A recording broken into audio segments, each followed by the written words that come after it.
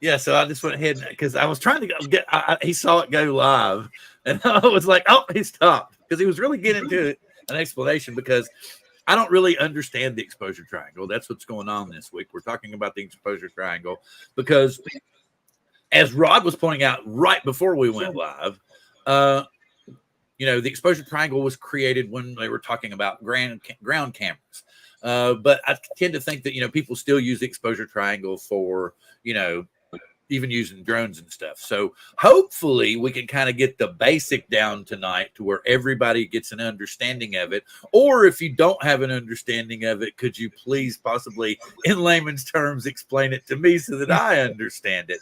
Because after, let's say, 40 plus years of point and click and play with an occasional dial here and there, like I was explaining to the guys before we went live, and plus I explained in the description, I'll just kind of make it look good to me on the screen of the monitor, and then I'll hit the button. And then I've always noticed that when I bring it in here, the sky's blown out, it's really pixelated. There's no sharpness, there's no crispness. And the only thing that tends to save me is I do know about bracketing. The only thing I know about bracketing really is the fact that it takes 5 pictures at different exposure levels and I can mash them all together and it makes it really look good. So that's about it. Something else to consider is if you're using a tablet or a phone or a DJI RC or RC Pro, the brightness and all that makes a factor in what you think you're seeing. Well, that's why I don't know whether they do it on the Air 3, but on the Mavic 3, when you're shooting a log, they have that setting that gives you the quasi color, so that you kind of have an idea of what you're shooting, and you're not just seeing the flat from the log as to what it would kind of look like when you color grade it. Yeah, that's I guess important piece. The color assist. It's called color assist. With histogram can actually help you out if your brightness of your screen's not bright enough. Okay, so what are the 3 aspects of the exposure triangle? Anybody in the audience, do you know too? So we have what is it? Aperture? Is that one? Or is it one? Nope, not one. Mm-hmm. Yeah. Okay, ISO. And shutter speed? And shutter speed. Okay. From all. You got it. Oh, no, dude, get some rest. We know Chuck is preparing for an epic journey with unbelievable footage ahead. Please stay tuned to GOPRO for action in the future. What's up, Art? Do you know about the exposure triangle, Art? Oh, Akira shows back from the dog walking him. Did you pee good for the puppy?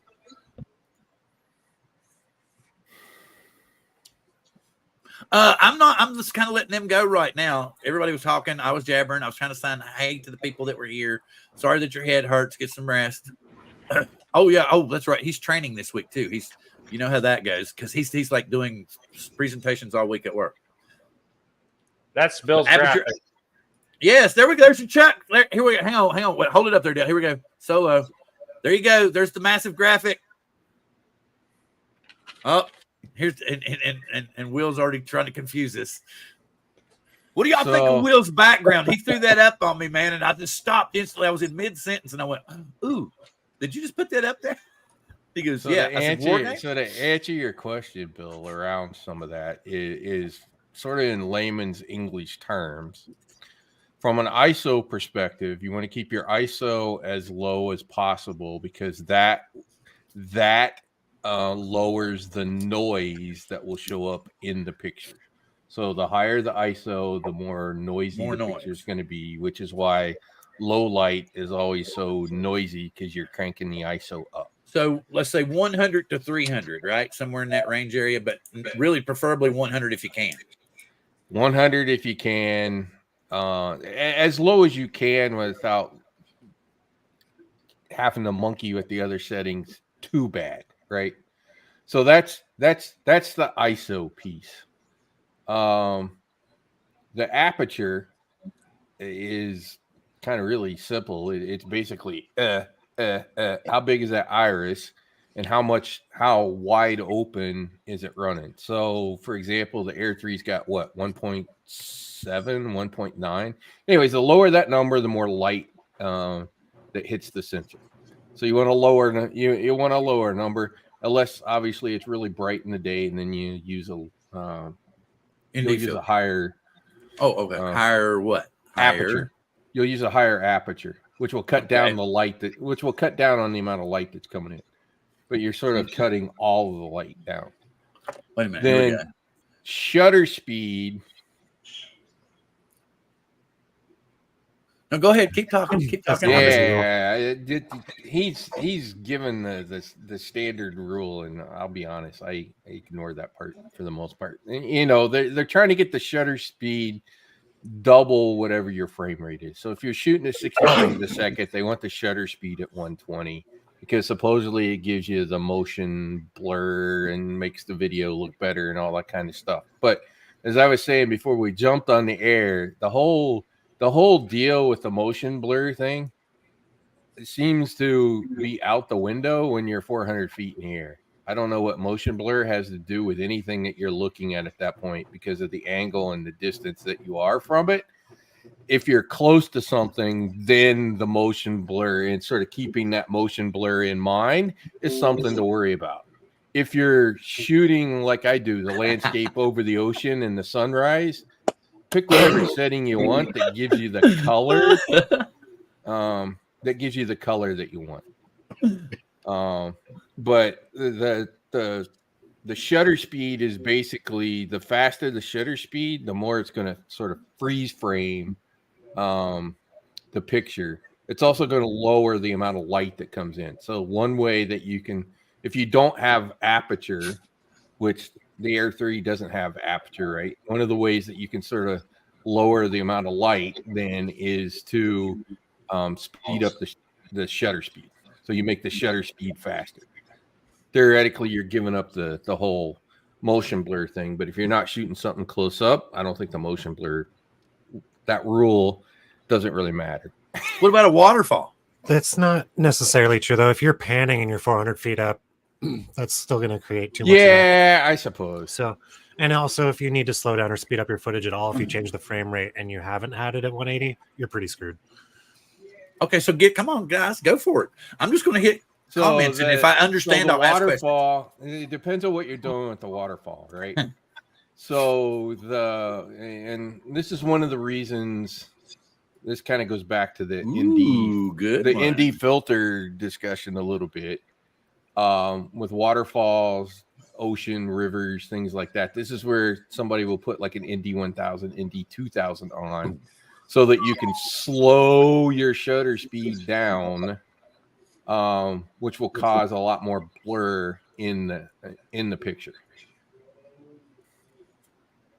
And Caleb, you're not wrong. You're not wrong about the panning piece, but hopefully you're panning slow enough that it probably won't make much of a difference. No, okay. What I'm beginning to realize is that obviously there's a lot of opinions on the exposure triangle. I'm just trying to come up with the simplest explanation, so that if someone doesn't have an idea of it, because like I said, basically what I do, and like Dale was pointing out, you can't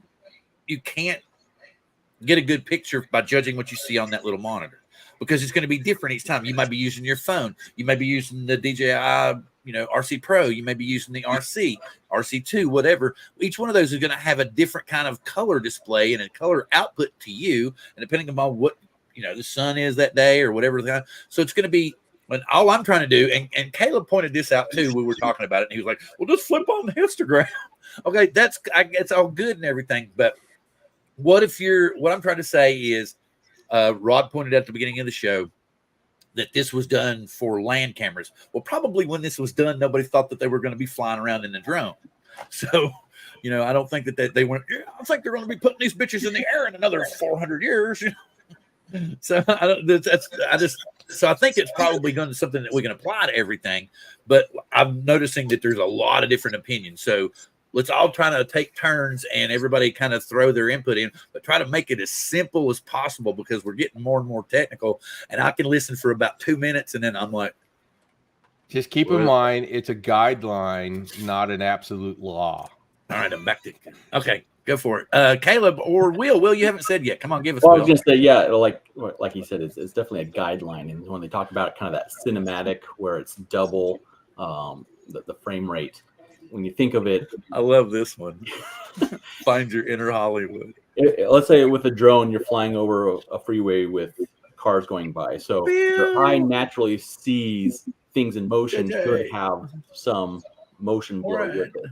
You don't want where every single frame is so crisp and clear with no motion. It just looks unnatural. So when they want to kind of show the frame rate, so when I talk about 30 frames per second, you start at kind of 1/60th of a second. So if you remember just your handheld camera, 1/60th of a second, you had to kind of be pretty still, make sure there's no blur. But if something was moving in that frame, naturally it comes across that, well, if a car or a ball is flying across the screen, you want to see motion because naturally you think that something's faster and it has motion. You don't want it to be so crisp and clear. Now, if you're shooting at 120 frames per second, you expect the object to be more crisp and less movement. So 240th of a second of a capture of an image is going to be less movement, less blur. So that's just, again, that guideline for the frame rate for that cinematic look to start with. So, and it boils down to how fast are things going. He's got a good you're point staring too. at a static thing, then it literally makes almost no difference. What about this? What He's the like color you're in the evening with a bunch of cars. Do you want the cars with a bunch of just still headlights, or do you want kind of that motion blur? Yeah, see what Chuck is saying yeah. here? Our eyes want to see motion blur. Sure. It's a natural thing that we're used to seeing it. So, I can see that point. That's what I said. It's becoming more and more evident that it's a more of because there's a shitload of different pictures out there, right?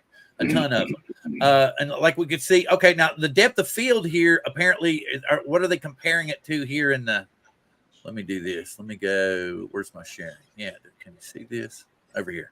Okay, can you see my cursor? Yes. You see a cursor? Okay, so they're doing it. I didn't know that depth of field had to do with aperture. Is that correct here? Yeah. Okay, so can you all explain to me how depth of field has to do with aperture? Because it just seems to me you're letting in more or less light, right? Yeah, it's kind of the focus, right? So the lower the f, f 1.2, 1.4, the subject that is closer to you should be in focus, and the background will be out of focus. With the higher f stops, everything is going to be in focus. Both foreground and background is basically what it's trying to tell you. Now, this is one of those cases, too, though, where with the drone, when you're 50, 60 feet away from pretty much everything you shoot, it makes doesn't no even difference. matter. Everything It doesn't even matter at that point. So to go simple for you, Bill, since that's what you asked for, look at the ISO or look at the exposure triangle as a picture, not a video, and it makes it a little bit simpler. So instead of worrying about all the motion blur and everything, I myself prefer to add motion blur in post a lot of times, actually, since we can do that pretty well nowadays. But depends on if you can afford the software or not. Basically, with that exposure triangle that you're looking at, you start at that ISO being 100, if at all possible, and adjust from there. So you're then just looking for what shutter speed and what aperture are going to make that histogram look the best, really. And if your aperture doesn't matter because you're in a drone, so really with our drones, we're just looking at shutter speed at that point. For the most part. I mean, with the Inspires and stuff like that, we go a little bit further, but I got one that maybe everybody will be interested in. The aperture takes the place of an ND filter. The aperture is okay, impacted that would by make sense, yeah. The aperture or the ND filters take the place of aperture on the drones that don't have aperture, which is why everybody runs ND filters. Oh wow, straight out, huh? And 60 frames a second. Okay. That's why you got to consider whether or not the ND filter is in use or not for video, but not for still. What? Why is the obtuse triangle so disappointed? It wasn't acute enough. Yeah, absolutely no need for the filter for pictures unless you're doing the blur.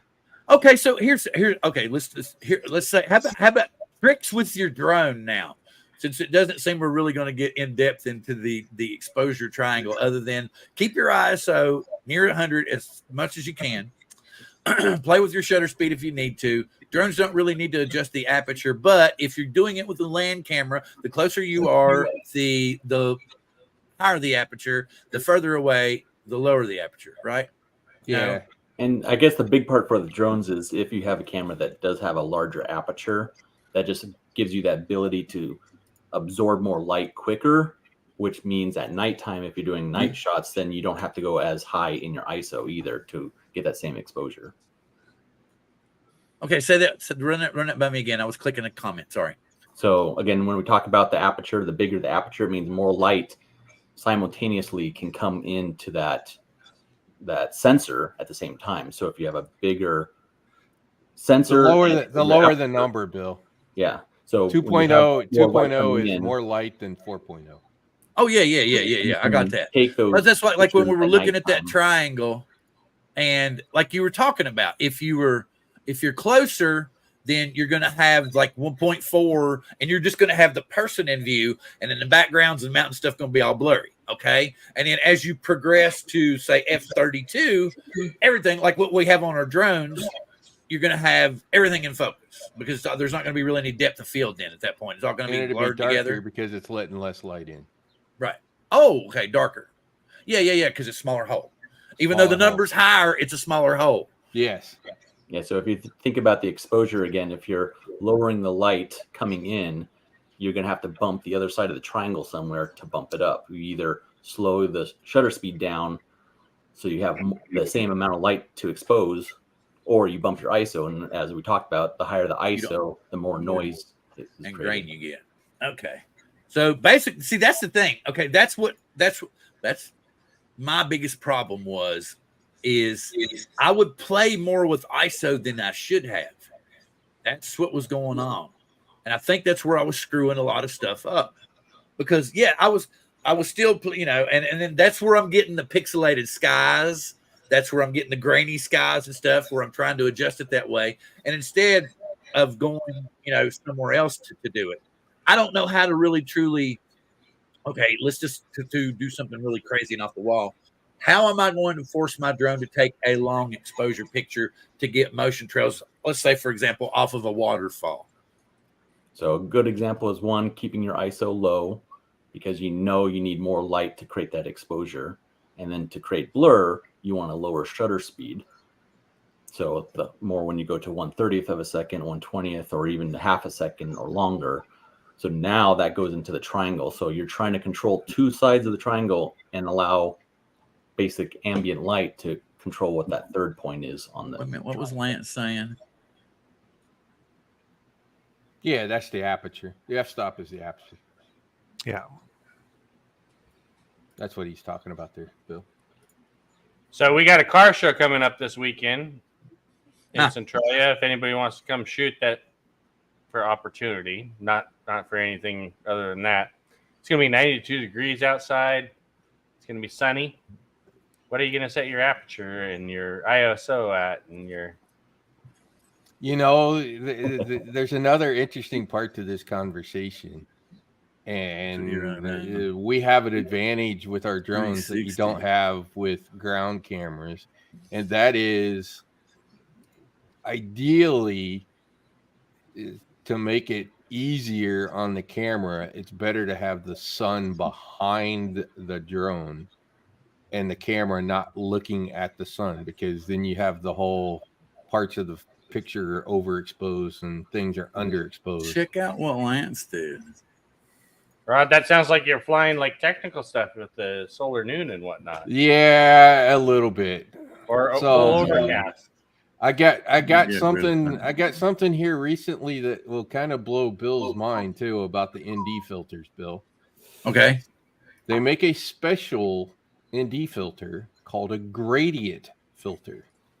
I just got it newer, Neewer. I picked it up off of Amazon. They have a 4-pack of filters, and one of the filters that was a gradient filter. So it's ND0 on the bottom and ND16 on the top. And there's a very specific use case that I got. I'm That getting more for. and more confused as I go along. I'll say 160 shutter 200 f 7.1. I'm like, so. And then Chuck's like, tried auto aperture and found out it's so bad, never again. I'm like, my favorite thing is auto. I always run home to auto. So the problem you have is shooting the sun. The camera staring at the sun. The camera is almost always going to get blown out. I don't care whether it's a drone camera, a regular camera, your freaking cell phone camera, or whatever it may be, kind of thing. So the way to get it to not blow the sun out with like my Mavic 3 is I'll raise the aperture to like 4.5, 5.6. Trying, guys, I'm trying. Something like that, so that I'm letting less light in, and then I'll mess with the shutter speed to try to get it the way I want it. The problem is, Bill, when you do something like that, you're letting less light in on everything, which includes the sun and the ground. So what you tend to end up with is the sun will look okay and the ground will be dark. So the purpose of the gradient is so that you can not have to mess with the aperture quite so bad, so that the ground is not so dark, but yet the sun isn't so blown out. Cool. And that's the advantage. That's the advantage of the gradient. All right. Now, Dale, I'm sure I can see three guys that really want to throw some stuff in here. So, Dale, do you have anything first you want to throw in here? I noticed you were putting some stuff in here. I just said the AE, man. It's like auto exposure. If it that's the easy. Auto sucks on all of them. I admit. Yeah, I know, but you can like change the wheel, so you can change the wheel real quickly. Like quick fix. But okay.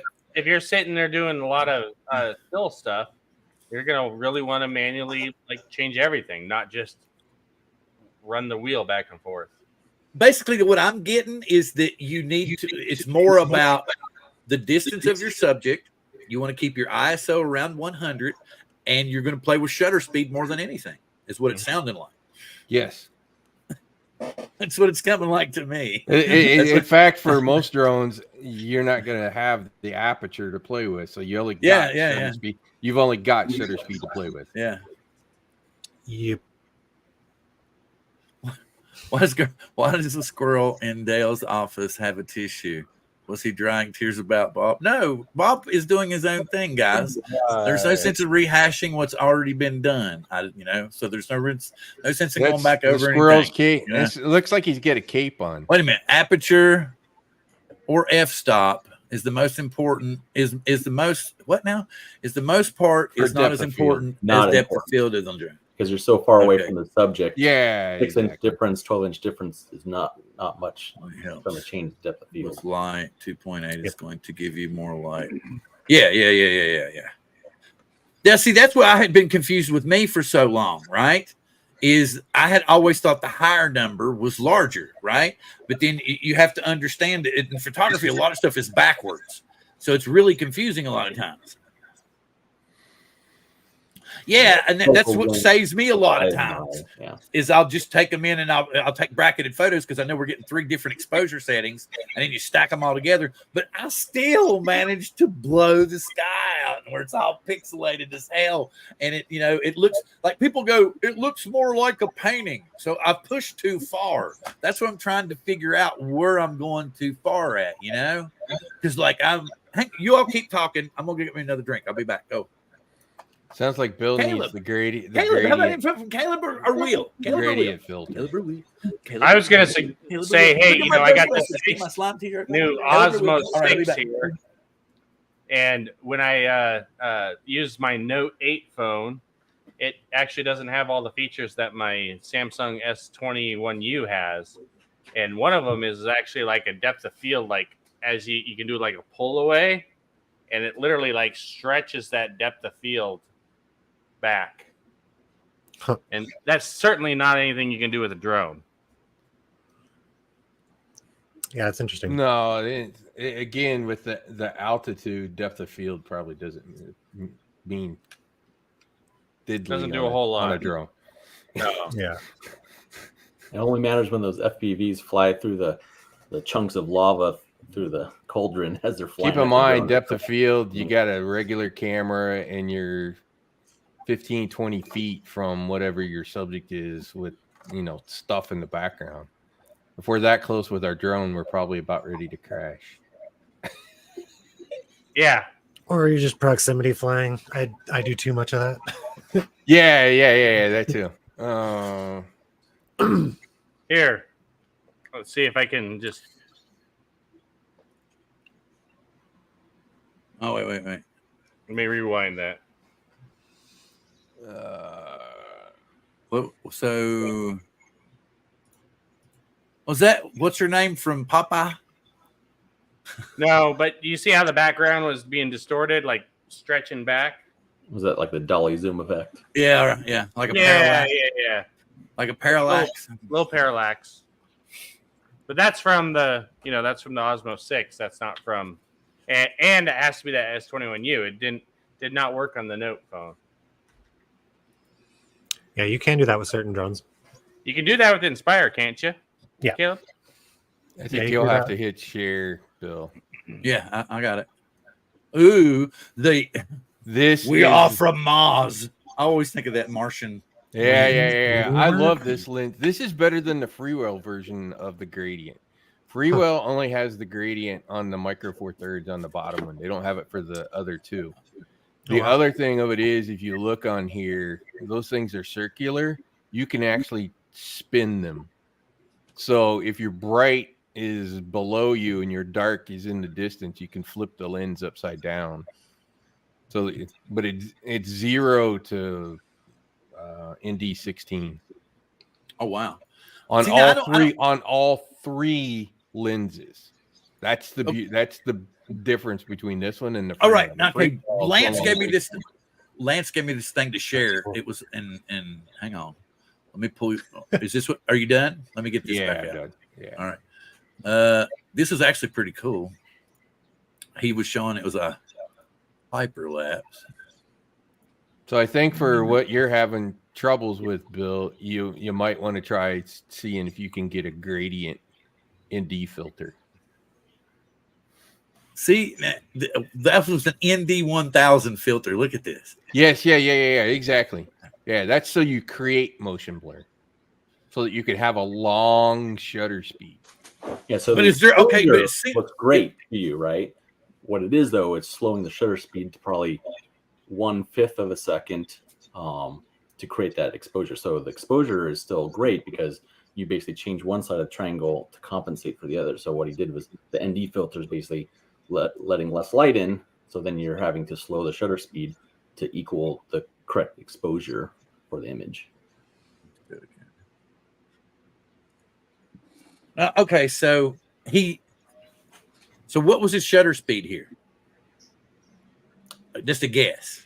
It could be greater than 1 second. It could be greater than 1 second. Yeah, depending on how fast they were driving. Especially if you go with like an ND 2000. Yeah. I'm gonna guess 3.2. Well, no, I'm just trying to I'm trying to figure. I'm still trying to figure out how to balance the triangle now. I'm getting basically most of what I got to do is with the shutter speed, right?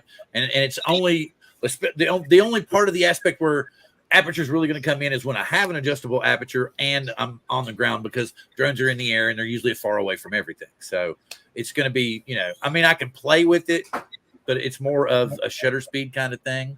Yeah. If you don't have a Mavic 3, if you don't have a Mavic 3 or a Mavic 2 or an Evo 2 with the adjustable aperture, you have no aperture control anyways. So, 2 seconds. What did he say?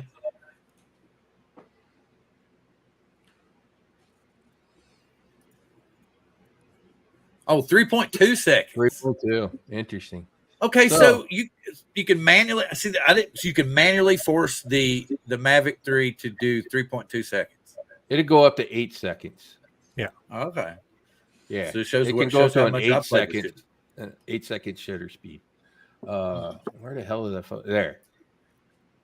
Okay, you can share this picture. What did I do? Oh, here we go. There we go. So this is probably like a 30-second shutter speed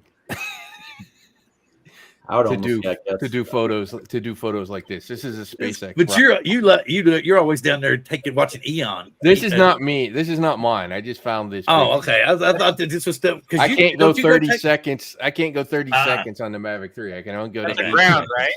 Is that a ground shot? Yeah, that's a ground shot. But they're probably using 30, 40, 50 seconds, 60 seconds, whatever for this exposure to create this kind of thing. So this is where messing with shutter speed, you can do some interesting things. Oh, yeah. So he's saying it's not a good idea to leave your filters on your birds when you store them. So he switches back to the factory lens when he stores them. He said, because he's got a point. It could put wear and tear on your motor while it's sitting there. I mean, I put the cover back on my lenses, but the gimbal lock, I should say. Yeah, exactly. The Mavic interesting 3's got that nice cover. So yeah, it does. There's like no weight difference between the Darth filter Vader and cover the standard one. Look what I got! Oh, look at that, the mystery machine. So the beautiful part about that newer for me is the fact that you could spin that filter. So wherever your bright spot is, you can find your inner Hollywood. Oh, yeah, that's cool. Look at that. Look at it. Now, one of the problems with things like that, and this includes the polarizer lenses filters that you can get. They have a little white dot on them that you'll spin, which is supposed to represent, where your bright spot is. The problem is with a drone, we rotate, and so that spot moves. So the polarizer is questionable as to how useful it is. If you're shooting one direction the entire time that you're doing your stuff, then the polarizer can be helpful. Shutter speeds. Well, you saw that picture that I just showed, Bill. That was purely a photo with a really long shutter speed on it that produced that essentially rocket trail. Yeah, generally I love how guys share, man. What are you doing? I'm just taking a piss. No hard feelings, dude. On the drones, if your shutter speed's too long, even that little vibration is just too much. Yeah. I mean, I think with my fireworks pictures, I think I'm doing 2 seconds on my exposures. It might even be like 1.2. My biggest thing is, like I said, where I was screwing up, I would overcompensate in the wrong area. Like I would probably play, like I would try to keep the ISO low, and I wouldn't think about using the shutter speed. I would probably go over and play with like the aperture by doing either something. If it didn't have an adjustable aperture, I'd do something stupid like throw on an ND filter when I didn't necessarily need one, and I should have just, worked with it with the shutter speed where I had that. Oh, it's a British saying. I still thought it was kind of cool, kind of off the cuff. That was just me. You know how I read things? I'm weird that way. I'm just wired different, folks. Just understand it. And Bill, you do a lot of like nature pictures and horizon pictures and stuff. And in those cases, you don't need an ND filter at all. I think really what you need to do is just look at that histogram, make sure those spikes go towards the center, and you're good to go. Next time that I'm going the next time we fly. Caleb's like, yeah, right, motherfucker, right. You're going the next time. But yeah, next time I'm going. And so hopefully you all, and I asked Will before we went live, I said, did you put Anacortes down? And he's actually going to try to make it to Anacortes. So we can do that. Like I can, so y'all can come over and like, okay, give me your damn controller and listen to me. Yeah. So Bill, the other thing that you can turn on DJI is there's a little slider for overexposure warning, and it'll put little bars on your screen. Zebra lines. Yeah, the zebra lines. You just turn that on and change your settings until you have no more zebra lines, and then you won't have anything overexposed. It makes it pretty simple. Versus looking directly at the histogram. Just look at the zebra lines. Turn the overexposure on and change your settings until you have no more zebra lines on the picture. And whatever you're taking will turn out to be okay. And just like any kind of photography too, it's very subjective based on what you're trying to capture. Because if you're out on a sunny cliff, but you see like a blowhole and you want to see the details inside the blowhole, where you're going to have to expose right to the blowhole, which means all the ground above it will be overexposed because we can't have that dynamic range exposed. So you have to be subjective of what you're actually trying to be in that right exposure for the image. Or just take it 10 steps in the wrong direction, Bill. Yeah. Start doing your 5 bracket exposures and start overexposed and go until the screen is black until you have about 100 pictures per picture. One of them in there will be the right one. One of them will turn out to be the right one. You'll never stack them with a big HDR process. Yeah. Hey, forget the sats that fly in. Just come down next weekend on Saturday. There's a lot of cars that are going to be out here, hot rods and everything you guys like.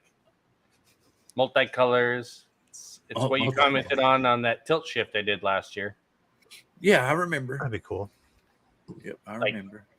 8 blocks, 9 blocks at least of cars, classics. Wow. Wait a minute. What is it? Chuck was leaving. Let's see. Just catching up. Have a good night. We're good night, Chuck. Good night, Chuck. It's like the Waltons. Good night, Mary Jane. Good night, John. Good night, Bob. Good night, Frank. Good night, Tom. I mean, I agree to disagree, but we have similar in thoughts. Yeah, man. Yeah. Next week. Again, Next week. It's not a rule. It's a guideline. Yeah, Chuck will be busy. Chuck will be you're busy saying this weekend. We hope to have Chuck back for the Christmas show. Now, I don't want to throw a wrench in all this, but again, I sometimes consider instead of the exposure triangle, I do the exposure diamond, and I told Bill I was going to bring this up. So go for it. The exposure really again is looking at the speed, the ISO, and the aperture to create an image.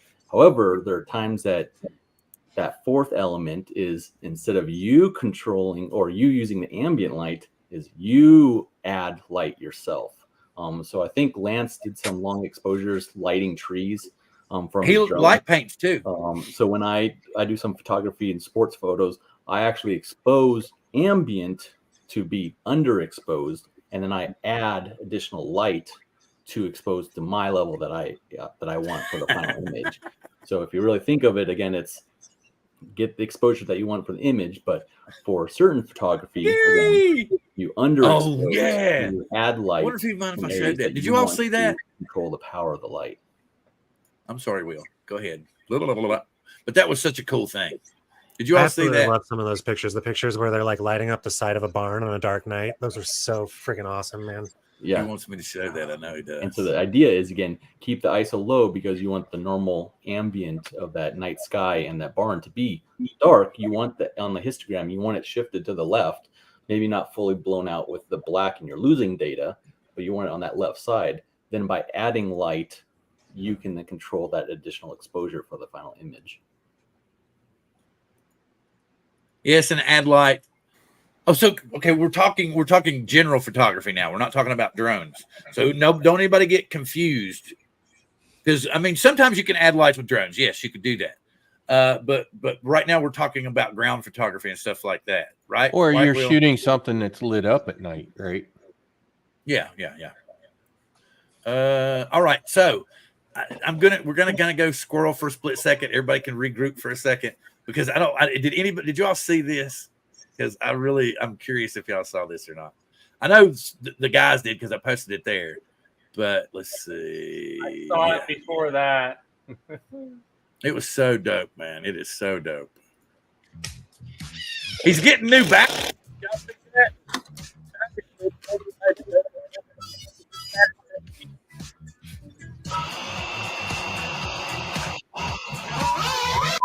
Oh, hello, Westsiders.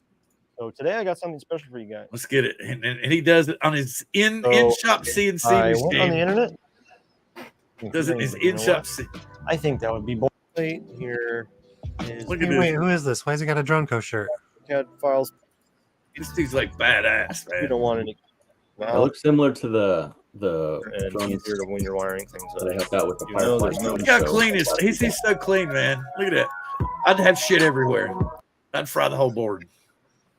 That works way better than I thought it was going to. Yeah, let's get that one. You ready? Let's try this out.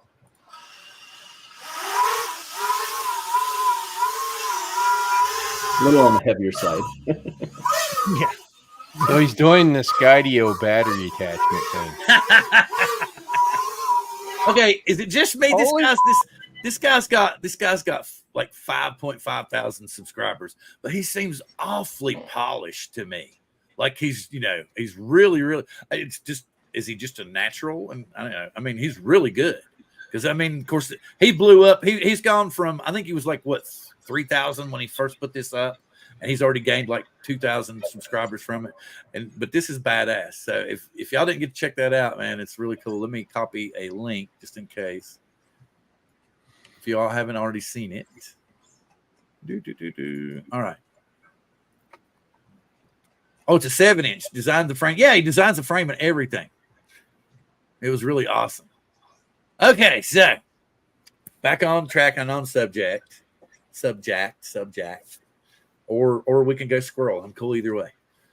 Well, side We note, have- I guess I had fun at Arlington Skyfest here in Arlington, Washington this weekend. They had the Firefly drone show group come up and Yeah, continue. set up. So they doubled their amount from 100 to 200 drones. So it gave them more opportunity for some more pixels in the sky. So it's pretty cool to see.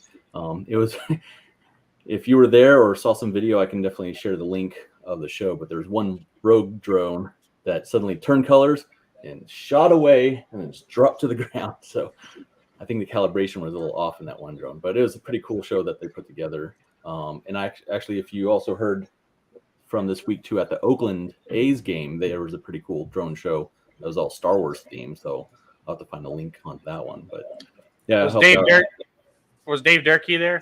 yes, I was with Dave there Okay. helping out. He would have been great on here because he does a lot of long exposure stuff. Yes, he's been doing a lot of telescope along with Damien Vine. Both of them kind of do these long exposure and nebula photos, which is pretty cool. Oh yes, like we're talking about astrophotography now. Cool. Don't forget, everybody, don't post YouTube links on your Facebook. Oh yeah, go ahead and discuss that too. That's cool because they So- literally demote them. We talk about the algorithm a lot on this channel, and I finally had my little run-in with it. If you post a YouTube link on your Facebook for people to see the video that you post on YouTube, Facebook demotes you in the algorithm, so nobody will see your video. And I literally found a few different screenshots of people's thing where their YouTube videos would get 3 views, their regular Facebook videos would get like 19. And then I basically tried it myself. I uploaded the same video 2 days later to Facebook directly, and I had like 3 times as many likes in 5 minutes as I had in 2 days. So yeah, just a quick tip about that algorithm. A little extra light on these. This is something that I did back in 2017 for a music video. For a music video. That's Oh, that's cool. I think we had I want to say it was like 20,000 lumens or something. I can't remember exactly what it was from the That's a drone. lot. From an M600. Show that last one, Bill, if you can. I'm gonna get, that's what I'm bringing up right now. Okay, and I'll come back up with the share. Talking about flying at night, trying to capture the right stuff. And of course, I just captured this with a cell phone, but they had all kinds of cameras out on this thing. That's cool. Oh, that's not fair. This Good shit's old so Dale expensive, creating but all it's the so UFO good. problems we got nowadays. Yeah, that's what I was thinking. That's why I was doing I was like, is it real? Are they out there? We'll declassify this at the next briefing in 2 years. This stuff is too good, and it's too fucking expensive. Way too Awesome. expensive. Is that a Way. wallet? Now this is naked pina colada. Naked pina colada. You're right. $4. You're sharing, so everybody on YouTube can't see. Oh, what do you mean? Not everybody? I'm a little side screen over here. I can do this stuff. In StreamYard, you are, but not on YouTube. There you go. There's the It should have been it should have been the same on YouTube. It should have been just still the sidebar. Yeah, it might have been. It might have been, but you need Anyway. to But yeah, this stuff $4 a bottle, and I went into Costco one time and they had the big half-gallon bottle, and they were like $4.98, and I got like 4 of them. I was like, oh hot damn, Costco's going to have these from now on, you know. And I was like. And I came back like 2 weeks later because I was like, hot damn, you know, they got big bottles. And I walked in and she's like, oh, no, that's like, we probably won't get no more for about 6 months. I was like, I bought 50 if I'd have known that. I like the Bolthouse Farms. Oh, y'all keep going. I got something else, Squirrel, I want to share. Go for it. YouTube won't monetize TikTok videos. What?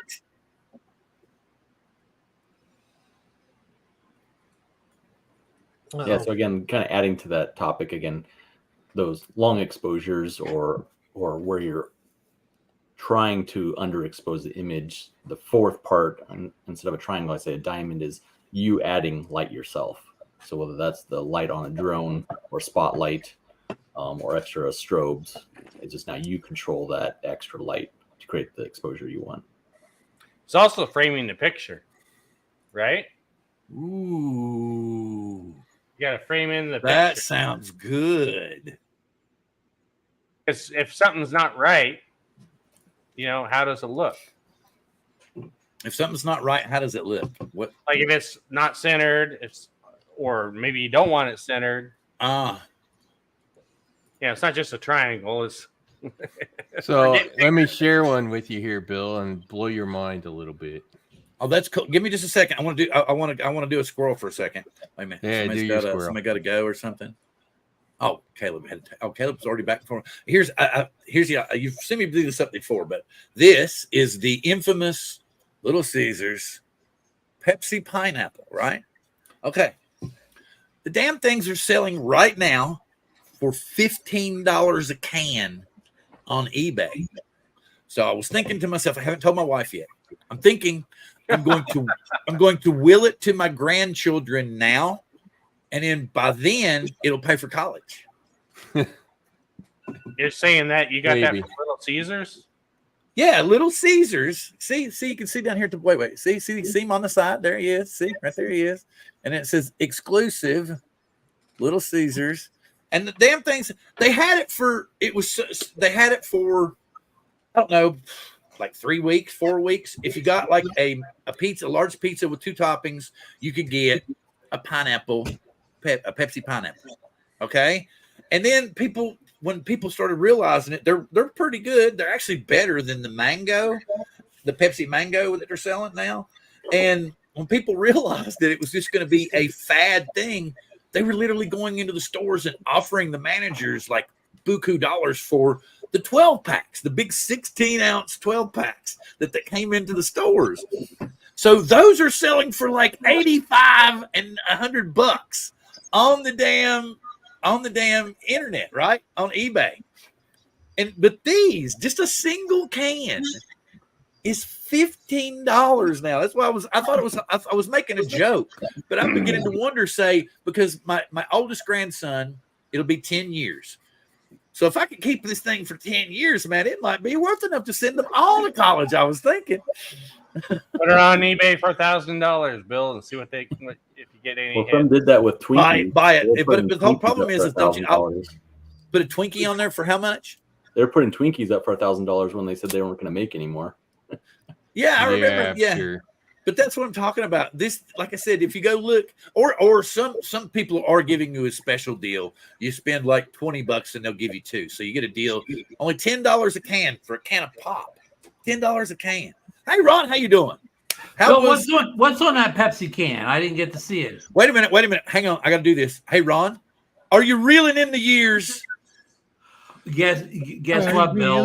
I got my dates wrong. Steely Dan was last Wednesday. I saw a Motown review tonight. Oh man, because I was jamming to all kinds of Steely Dan last night, thinking about it. It was last weekend. We couldn't go last week because we had the house guests. But so anyhow, it was a Motown review. The Motown review was good, but it wasn't Steely Dan. Okay. Let Let me do this. Let me flip it. So this is a lens that will trip you up. It tripped me up because when I looked at it on Amazon, I was like, why would I want that lens? So this is from that newer pack that I bought from Mavic 3 Pro. This is their star lens. So it takes anything that's a bright light and kind of turns it into a star. So this is literally not edited. This is unedited. This is simply a filter on the drone that did. That's super. That's an Altel picture. No, this is the Mavic 3 Pro. Wow, really rich. No, it's not bracketed. It's like no filter. No. This is just the star filter. Okay, is it what is it? ND rated 2? Is this like ND 8 or something? What? No. Wow, man. What do you, I mean? Is it okay? Am I the only one that's blowing their mind that it's just a star filter and it's doing this? But Bill, I gotta slow your roll down a little bit. You know, we can do that in Luminar. It has the star thing in there. We can I know that. Anytime we want to, we could put that star effect. But what he's saying though is that it's taken in. But look at the. It's not like the one thing that I did notice about Luminar, Ron, is that if we do that like this, it doesn't like this seems to just have accentuated the sun and turned it into a star. But in Luminar, I've noticed that if we do that, it tends to blow out all the other shit around it, stuff around it. Whereas this seems to have maintained everything without blowing it out. Look how crisp the colors are. There's not really any blending or blurring of the colors. They're defined. It's like the shadow on the. Bill, it's always better to get it right in camera, no doubt. I'm just saying. There's a lot of really cool lenses nowadays for sure. I really want to get one of the anamorphics. I was surprised. I was literally surprised at this lens in that set. This is the lens that I didn't think I would use. They showed it with like the San Francisco Bay Bridge with lights on it, and each of the lights was a little star. So if you're shooting in low light where there's lights in the city kind of thing, or like headlights on a car kind of thing, each of those lights should kind of have a bit of a star effect to it. That's another add-on to Luminar where you can make every light in the picture have like a star effect. Hey, Rod, did you say this is a newer filter? Yeah, this is newer. It's $89. It's the 4-pack on Amazon. Okay. So you get wait a minute. Why was there okay, that's what's confusing me. So there's like an ND8, an ND16, 64, and then a star These filter? are custom special things, yeah. Okay, but why would you need 4? That's what I'm trying to figure out. So it comes with a. Hang on. Yeah, what are the other shapes? Let me pull it up so that I can show you. Yeah, that works. That's even better. Yeah, I mean, I'm confused. Like Bill is this star filter just a filter, or does it also have an ND rating on it also? No, look at this. Gary saying hi, Ron. Hey, there's Nemo. How you doing tonight, brother? Did Nemo go to Minefield, Bill? No, I heard John. I know John Coopy took his missus with him too. Yes, and she's famous now in a Ken Herron video. Yeah, I heard about that. I hope it doesn't become infamous. Anyway, so I know. I'm just saying. I hope Ron didn't get to see this, so. It's the infamous Pepsi pineapple that you can only get from Little Caesars, Ron. See, there's the Little Caesars guy. Okay. My least favorite chain pizza restaurant. Okay, so they're selling these now on eBay because you really can't buy them in any of the Little Caesar stores anymore. So they're selling these on eBay now for $15 a piece. So I was telling the guys right before you came in, I'm going to will this to my grandchildren so that they can pay for college. I like that idea. That's what I was thinking too. Except, what if you get real thirsty one day? You got a real hankering for pineapple. I bought 4 of them, and I've managed to keep this one for a while. We'll see. Yeah. If nothing else, maybe they'll get some money for the empty can. Tell me when you start sharing. Did it taste good? Oh yeah, it does. I like it. It depends on. You have to like the flavored Pepsis in order for this to be good. Like I like the Pepsi Mango, but this is a lot better than the Pepsi Mango. Bill, about maybe 15, 20 years ago, they had a special blend of Pepsi, like a summer Pepsi with kind of different fruits in it. And it was the best ever, but I could never find any after that one summer. One of my favorite all-time drinks when we were younger, pop-wise, was Tahitian Treat. Oh, I remember that. I remember that, Bill. Yeah. You had to be what in a is great mood for that, though. it? Ooh, Tell me when you wait a share minute. this thing, Bill. Okay, I'll share that, but then I got to share something that Dale sent me. Share Rod's filter. I want to see these things. So I said, man, every time I look at that, I can see the original War of the Worlds. Okay, so I see the newer Star was the first one, Yeah, let me do that. and then it's a newer that what's large. the LR, The LPR is light pollution for nighttime. Okay. So that it takes the weird light from wow. man-made light Right. and makes so the light looks more natural at night. Oh wow. That third filter is sort of a fake anamorphic. I played with that.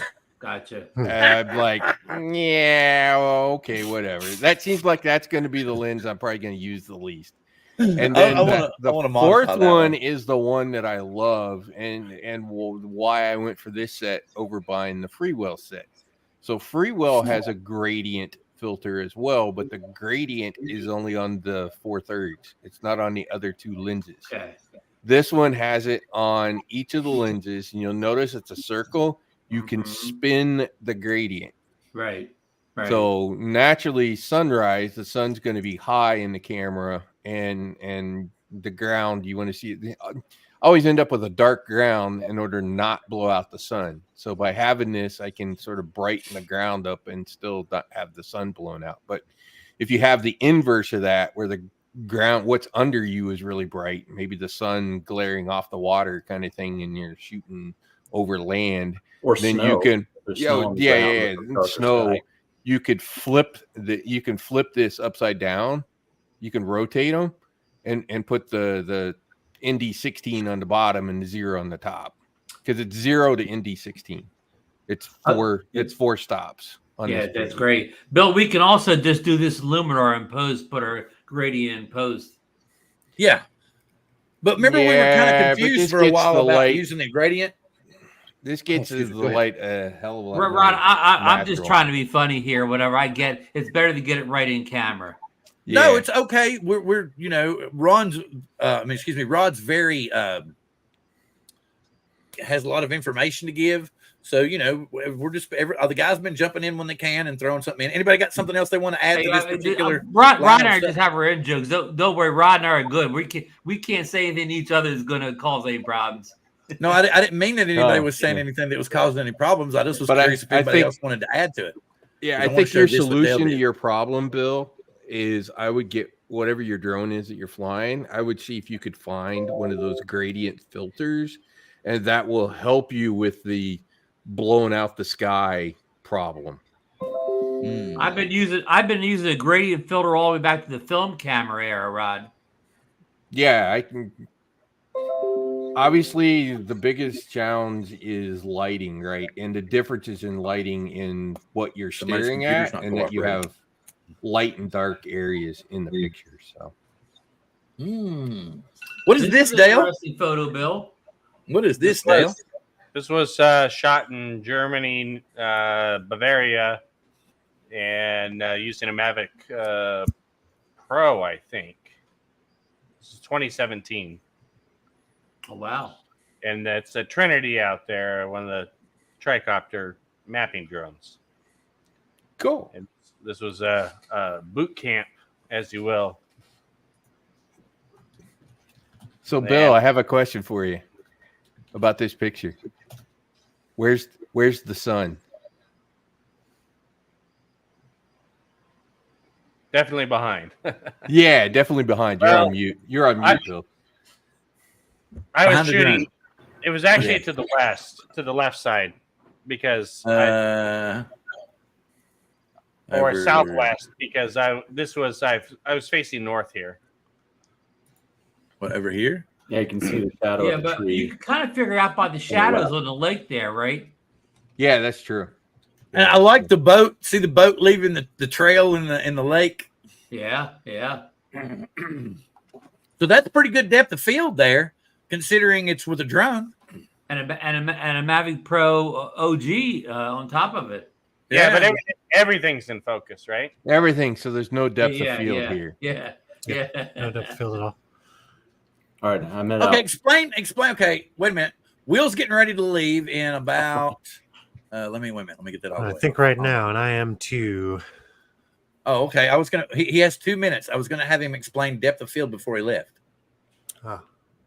Depth Well, have of fun with field. that. I'm out of here. Have a good night, guys. All Good night, right. Have a Caleb. good one. If you We'll want to see see you. some of our sad stop trip, go check out Calerbo on YouTube. Blah blah blah, all that fun stuff. And have a good night. Have a good evening. Those links. All right. And Will, he's like, oh man, he nailed me before I had a chance to do that. There he goes. Okay, so like I said, Will, what do you mean? That's where I was confused because I don't understand depth of field apparently too. So depth of Because field so if- is really just controlled by the aperture. So think of the old school pinhole cameras where they'd expose an image onto a wall or paper, and it was hours long exposure or days. Everything basically gets flattened on the image. So depth of field basically is the wider where the light's coming in. So when you have a bigger aperture, you can take that image, but you can see the light's actually coming from different angles. So the bigger the aperture, the less depth of field is actually in focus. So when you think of Ansel Adams photos, they're like f32.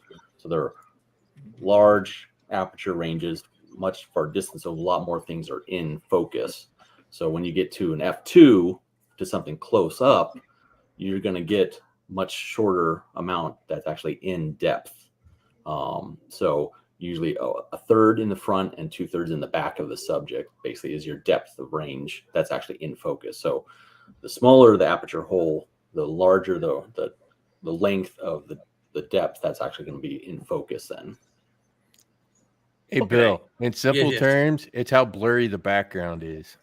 All right. So with that being said, Will's got to go spend time with his family, and I want to say it's great. I'll add one thing too. So when I do sports photography, when I get a big aperture glass lens, I can come up to a chain link fence, and even though I have chain links in front of the lens, because it's a wider aperture, the light can bend around that, so I can get something depth of field still in focus, because that light's not hitting the chain links. If you have a short or smaller aperture and farther away from the chain link, you're going to get that inside of the actual picture. So again, when you have control of depth of field, you can actually control what's actually in focus of that final image. Oh, okay. So you're saying you could reach out further and like say 100 yards away and put that in focus. So stuff in front of it would be out of focus and stuff behind it would be out of focus, but the thing right in the middle would be in focus. Yeah. So when you get some like f1 or f.8 aperture lenses for photography, they're big pieces of glass where you can get the pinpoint of the nose and the eyeballs in focus, and everything else is blurry. So the bigger aperture, the more depth of field, or less depth of field, which means more things are blurry in the image. So Charles, are you a iPhone user or Android? Charles, me? Oh, me. Am I? And me? Oh, yeah, I did put Charles tonight, didn't I? I use an iPhone.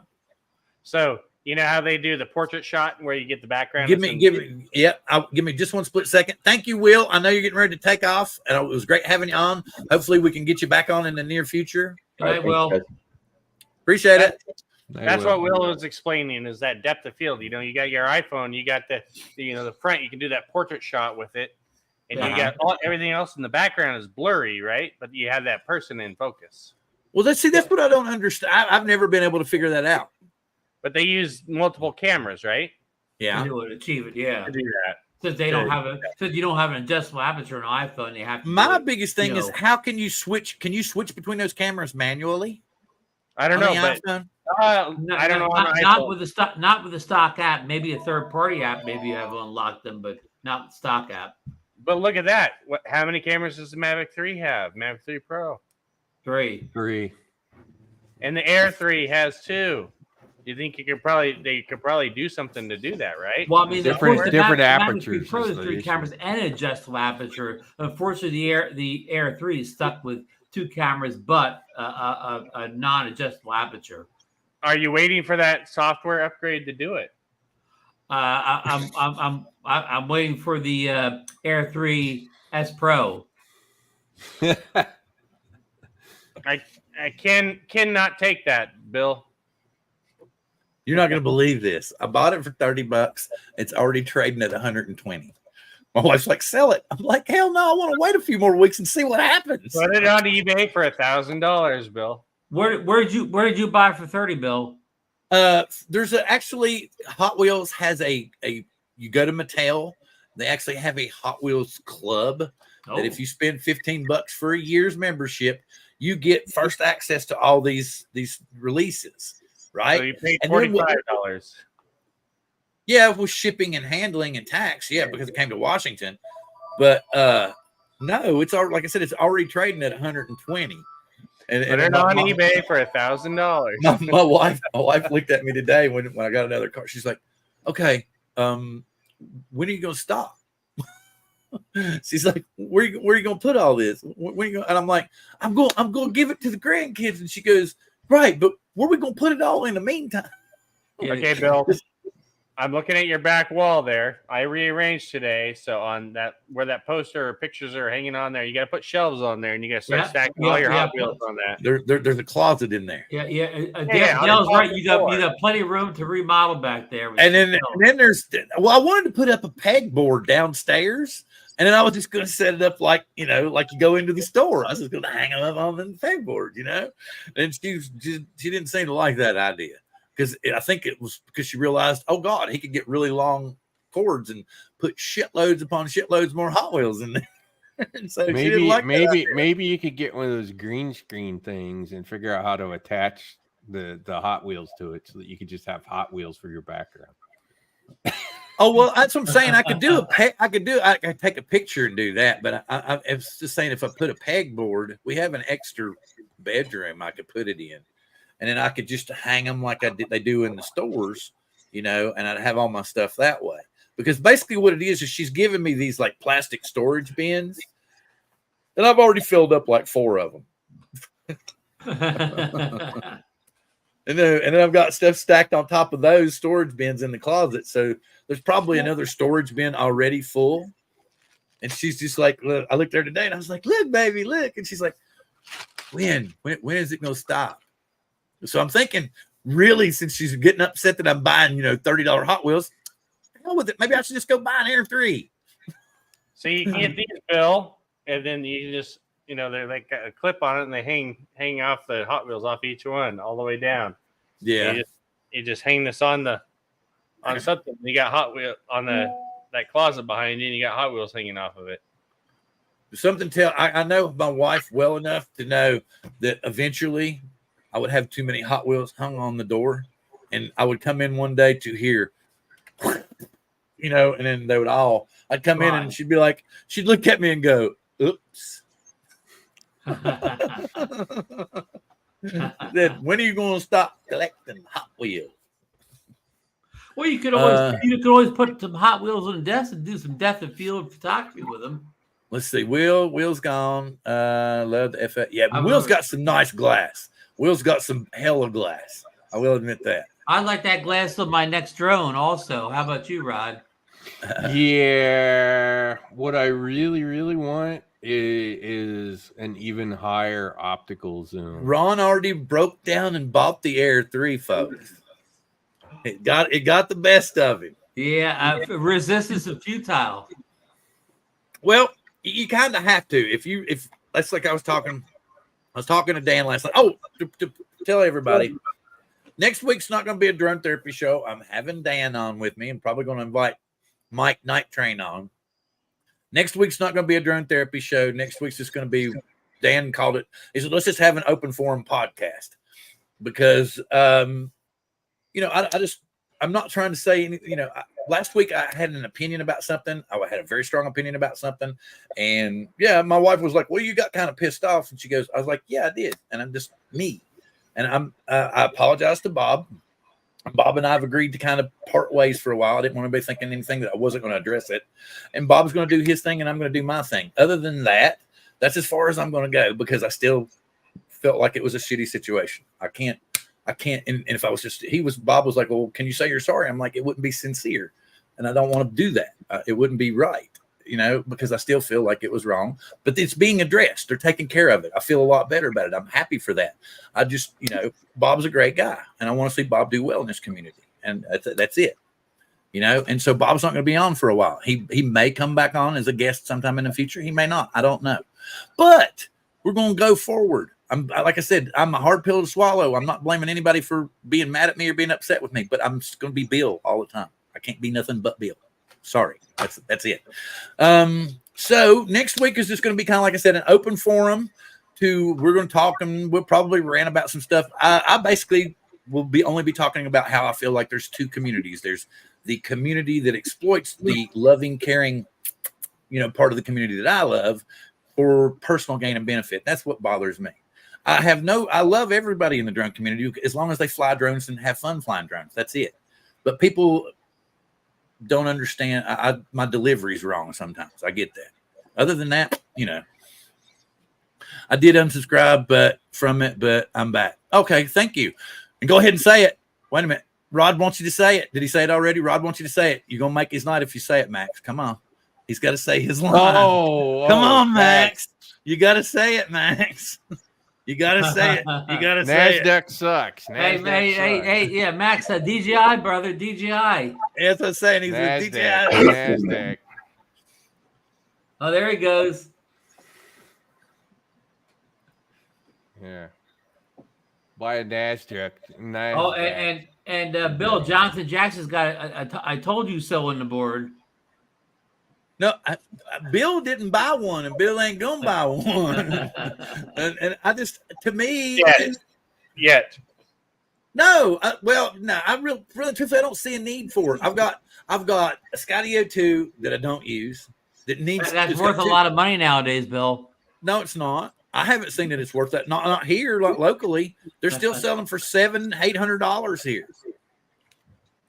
So I mean, I don't know if I want to keep it or if I want to get rid of it at this point. Supposedly, it's got another firmware update, and people are making jokes that this is the one that turns it into a paperweight. But I don't know if any of you have noticed. I want to apologize for not apologizing. No, I'm just going to be me. I can't be anything but me. And that's all I'm saying. I'm not mad at anybody. If they want to do their thing and go somewhere else and get pissed at me, that's up to them. But I'm going to be me.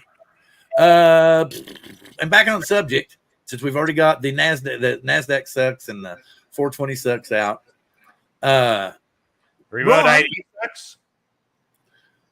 But we're close. We're close to having it jammed up our ass, and we're still hoping that there's going to be an extension. But y'all heard any more rumors about that? Nothing confirmed, Bill. Hey, I can tell you that there is no modules out there. Oh, now he's really getting it. Throw it in the garbage along with your Air 2S. Oh. I like my big sensor. Thank you. So there's no, I mean, we're supposed to be getting some remote ID modules, but for aftermarket, but we're going to only get a handful. They're expensive at the moment. At $299, you bet.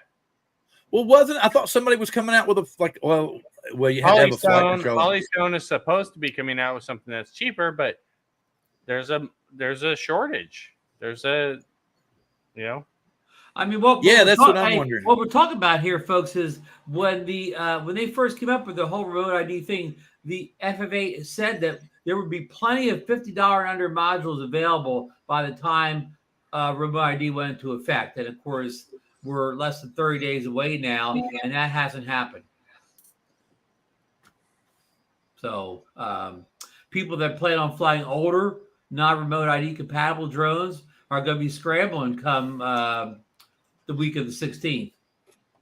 And a lot of people still do. Even people that fly enterprise still fly a lot of older drones that aren't remote ID out of the box. So, Rod, do you have many drones in your fleet that need a module? One.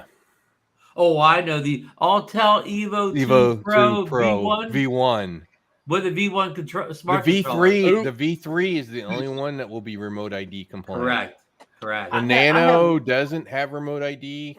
Doesn't need it because it's doesn't need it. It's under $250,000. And the Light Plus has remote ID on it. The Light and Light Plus, okay. So the only one that I have well, technically, I'll have 2 as of September 16th, but supposedly by the end of September, I still have the Air 2, and they're supposed to update the Air 2 by the end of September. Oh, Bill got an hotel drone. Look, he's got an orange case. No, it's not. It's not. It's the Bill's Mini got 2. He's got DJI in an hotel case. It's the only Rogue drone I have. But that's like 250 grams, so you don't need anything, Bill. Yeah, but I don't think that's going to last. I really don't think that's going to last. Let me share a picture here. Oh, that is the reason why I keep talking about optical zoom. So this is the Space Launch System launch tower sitting up out on the pad. So this is shot with the 7X at 28 digital. Let me zoom this thing all the way in. So there's 100% at the 28X. That's on your Mavic 3. With the Mavic 3 Pro on that 7X lens, right? Using the Explorer, going all the way to 28X.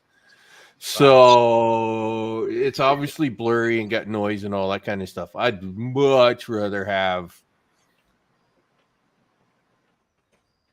10X. Really, give me 20X. So this picture was shot from 12.5 miles away, by the way. Wow. Looked it up on Google. So this is 28X at 12.5 miles. That's still pretty good. It's not bad. It's noisy and blurry. It's digital. I probably should have tried to put it through Luminar to see how much Luminar would have cleaned it up. I think denoising to take the white out would have made it a lot clearer too. But this is why for me personally, I've heard people go, "Oh, you only need the Air 3 because you have the 3X." I don't disagree with that. It depends on what your use case is. If you're photoing something that's a freaking long ways away because you have to, and in the case you're not allowed to fly right up. Yeah, you're not allowed to fly too close to the launch pad in the first place. You got to keep your distance. So I need something. This is why I keep talking optical, because of the launches at NASA. And that I really need something with a good optical. As far as I know, the only optical zoom we ever had was the Mavic 2 zoom. Mavic 2 zoom? We'll see an optical zoom on a drone again. So if you go to Enterprise, right, you got the Matrice. Right. I think it's 18 optical, 16 or 18 let me walk back my statement. A zoom on a consumer drone. Yeah. This is what I keep complaining about. Politicians do. Yeah, this is what I keep complaining about, Ron. I think about this. This is 28X at 12.5 miles away, right? If they gave us a higher optical zoom on the drones, what do you think the chances are that people would be going and flying them inside the stadiums when they could fly them outside the stadium and zoom in close enough at a legal distance and look like you're flying inside the bloody stadium? Yeah. This is what I keep harping about, that by putting a really good optical zoom, you're going to prevent people from wanting to go do bad things. And what do you think that? Well, I don't know about that. Is because of it's not going to present 100%. I get it, but what about women in the shower? Well, if you got a really it's not an X-ray camera like Superman. So I get that, safe. Man, but they still go. Yeah, Bill. How many of those women in the shower don't pull the shower curtain shut?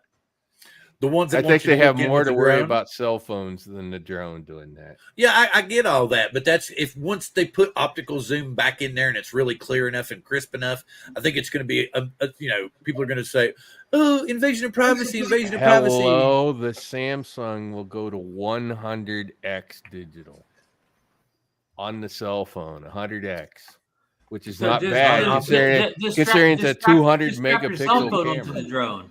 So you'd rather have, instead of an optical zoom, you'd rather have a better telephoto?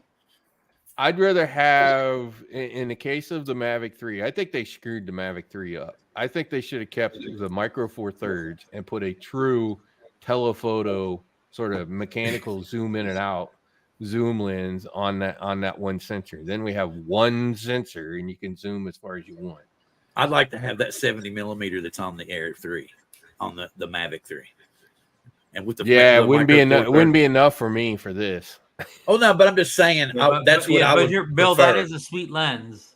That's what I'd rather have. It's a great lens. I'd rather have that as the standard lens. Honestly, I'm with Billy. Billy says he shoots with that 3x more than he shoots the Micro Four Thirds, and I would 100% concur that I use that camera or use that one more. I know it's been 2 years, but I still don't think they've opened that sensor all the way up yet. I got a feeling that they're going to do one final one and give us everything that it can do finally. I still don't think they've opened it up all the way. That's just my thought, though. And I don't think that 3x on the Air 3 is stacked. I think the only one it's stacked is the main camera. Oh wow! I don't think they're using a stack. I don't know that they're using a stack sensor for the other one. It seems awful damn. It seems awful damn good though for to not be a stack sensor. It is. Like you said, it's good on the Mavic 3 Pro. It looks great.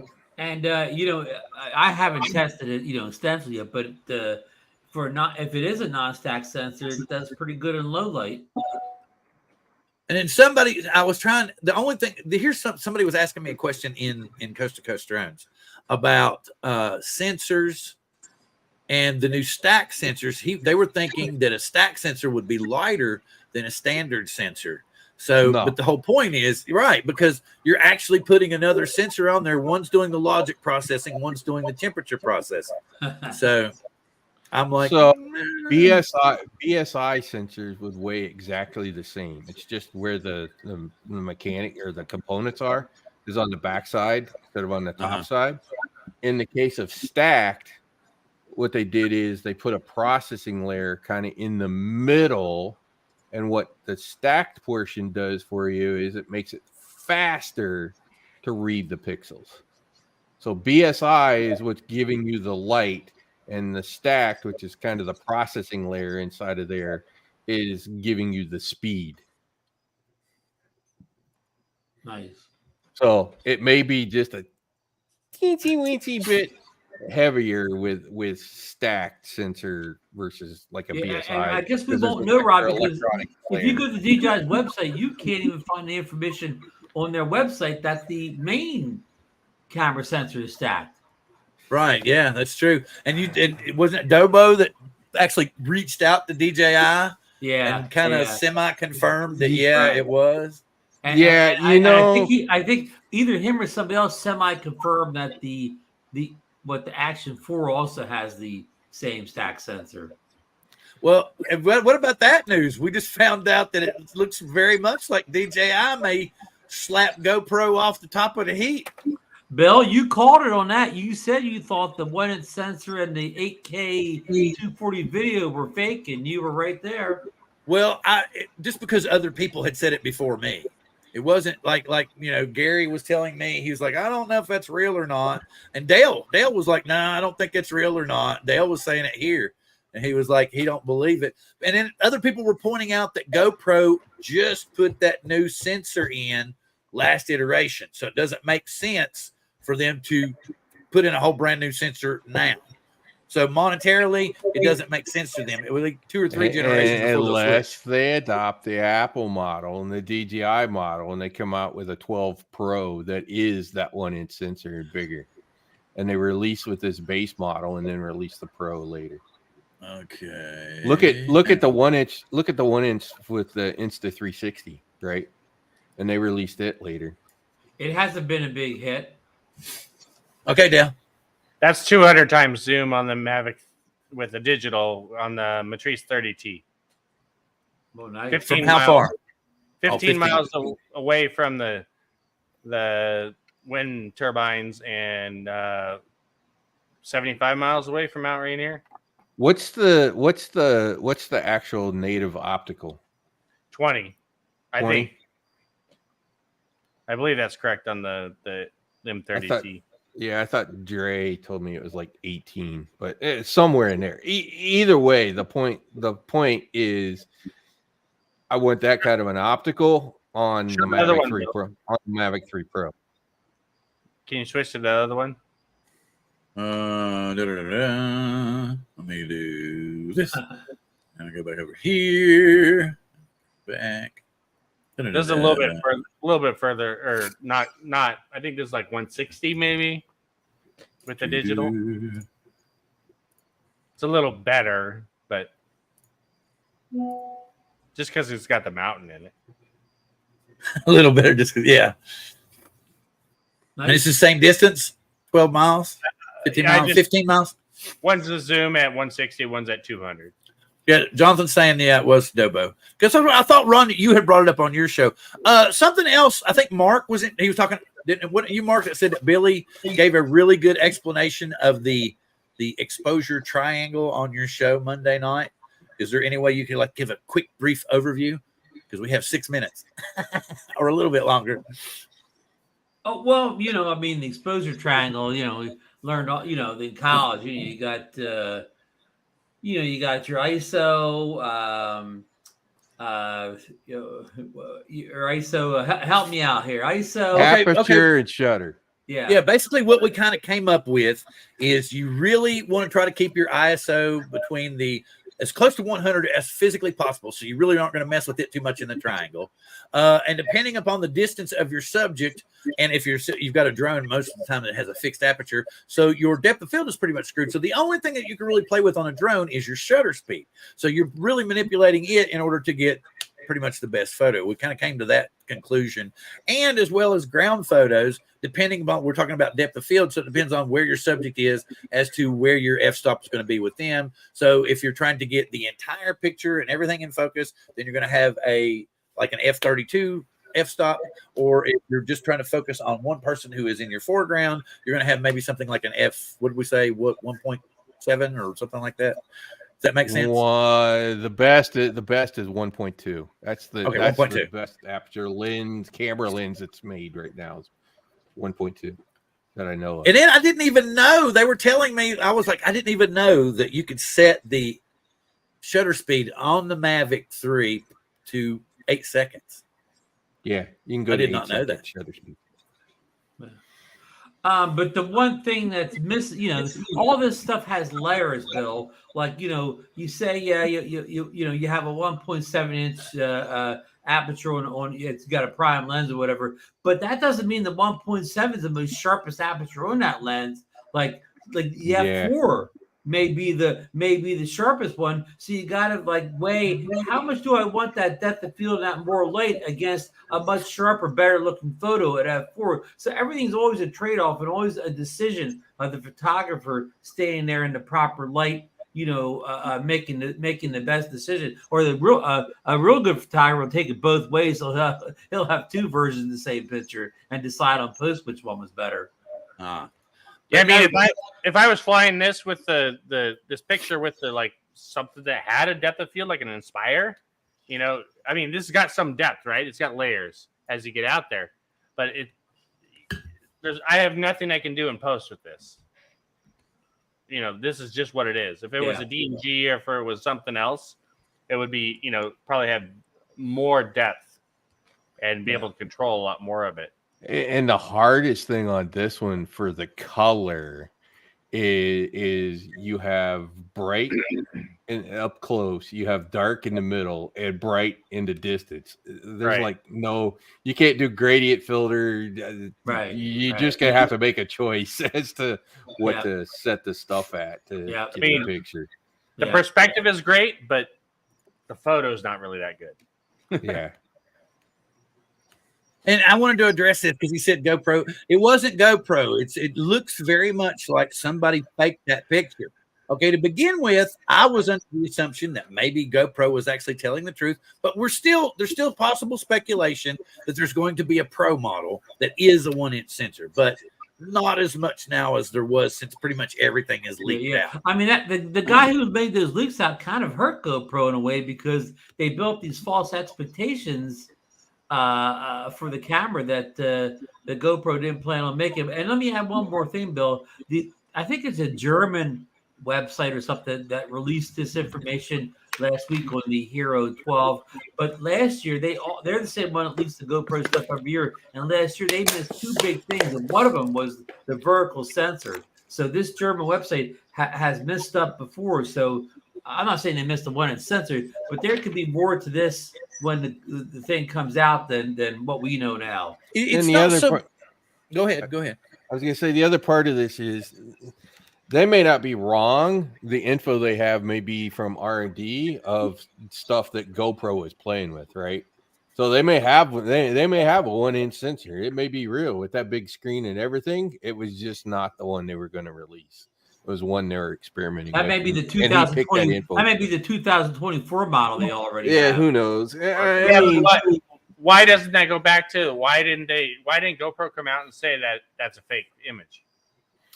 Yeah, I mean, yeah, maybe because their PR person's not that good or whatever. They go in and handle that right when it happened. because the standard answer in the business world is it didn't come from us. That's it. Well, That's pretty much any marketing. That's their standard answer. It's not Yeah, that but it's why did- fake. Why didn't they Rod is a good point. release when the picture If came somebody out? from GoPro came out and said, well, "Listen, we don't have a 1-inch sensor coming. We don't have 8K," then the people would have said, "Well, what do you have coming then?" Yeah. That leaves Their a lot of Marketing, conflict. they open on themselves the to air. questions they don't want to answer. Yeah, no comment is okay though. yeah. But this, like Ron said, this kind of slapped them a little bit because it looks now like they don't really have it, or if they do, the device is going to probably be $200 or $300 or $400 more expensive than the standard model, which is part of the DJI model. So, they're basically saying it looks to me like they're the basic action camera. They will be conceding to DJI because right now I've not really heard a whole lot of problems with the Action 4 performing as advertised. Has anybody else? Nope, haven't heard a bad word yet. That was I gotta Sean from Yep. Air Dale, Photography. He Dale's loves got to it, take so. off. Thank you, Dale. Have a good one. Thank you, Bye Dale. later. Have a good evening. Thanks for joining us. Like last year, the Action 3, of course, had the focusing issue, but obviously they made sure that was right with the Action 4. So yeah, the Action 4 has been solid, but it was an incremental upgrade. Also, of course, they added a bigger camera sensor, but otherwise, it's the same camera as the Action 3. So DJI wasn't really innovating this time around either. Unless it's actually the stacked sensor. So then technically it would be an upgrade. Yeah, I mean, I gave them credit for it. They did a camera upgrade. That's nice or whatever. But I mean, that's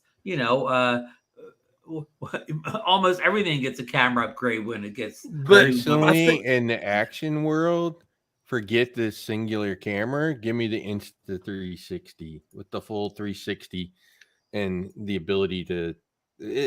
You're talking action, right? So you want to catch action. You want to catch action all the way around you. I think the 360 is better than either one of those, hands down. Rod, you're exactly right. For the casual action user like us, we're not riding things down the side of a mountain or riding a motorcycle out in the desert. Those cameras have to be more rugged than the 360 cameras are.